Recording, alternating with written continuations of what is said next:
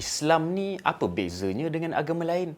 Semua ada Tuhan, semua ada rumah ibadat. Sama je. Sebenarnya Islam ni adalah satu agama yang dia bukan hanya ambil berat ketika kita datang ke rumah ibadat saja. Tetapi Islam ambil berat dari kita bangun tidur sampai kita tidur balik. Daripada kita lahir sampai kita meninggal. Lepas kita meninggal pun Islam ambil berat pasal kita. Setiap hari 5 kali paling kurang kita akan baca ayat ni. Apa dia? Qul inna solati wa nusuki wa mahyaya wa mamati lillahi rabbil alamin.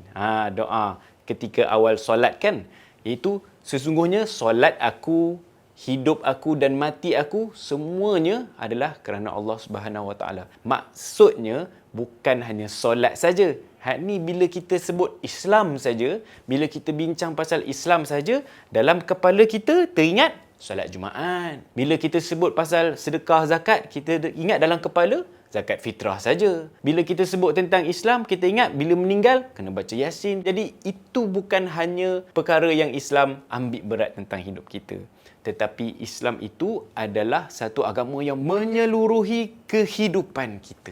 Kalau kita nak masuk bilik air pun ada doa dia, ada SOP dia. Kalau kita nak makan pun ada doa dia, ada SOP dia. Kalau kita ada benda yang tak puas hati dengan pasangan kita, ada benda yang kita tak bersetuju pun ada SOP.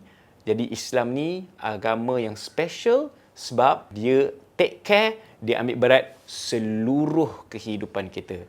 Itulah Islam, agama yang syumul. Jadi, bila kita sebut tentang Islam, jangan ambil sipi-sipi je, ambil keseluruhan sekali. Inilah apa? Inilah Islam kita. #Aisar. Kalau anda rasa konten ini bermanfaat, tekan butang like dan share.